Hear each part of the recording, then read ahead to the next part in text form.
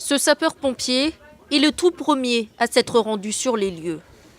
Le premier à comprendre qu'il n'y avait aucun survivant. En arrivant au sol, il y a immédiatement autour de nous des débris humains et des débris de l'épave. Comment ne pas craquer dans une telle situation? Travailler, c'est la règle que s'est toujours fixée Frédéric Petitjean. Passer des coups de téléphone, penser logistique. Pourtant, il l'avoue, malgré l'expérience, contenir ses émotions a été difficile.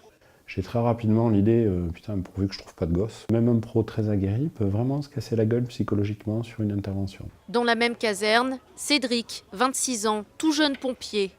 Lui a vécu une autre épreuve, accueillir les familles de victimes. C'est impressionnant de voir des familles touchées comme ça. Et personnellement, et même d'autres pompiers, ça nous touche, quoi. Le traumatisme n'épargne pas forcément les secouristes. Dans cette caserne, on l'a compris depuis plusieurs années. 2 psychologues, notamment Claudine, sont disponibles en permanence.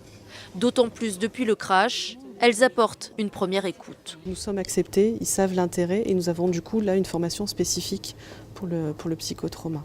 Et puis il y a des fois où il faut une autre distance, donc ça va être avec quelqu'un d'autre. Car l'étendue du choc se mesure souvent avec le temps, plusieurs jours, voire plusieurs semaines après l'événement.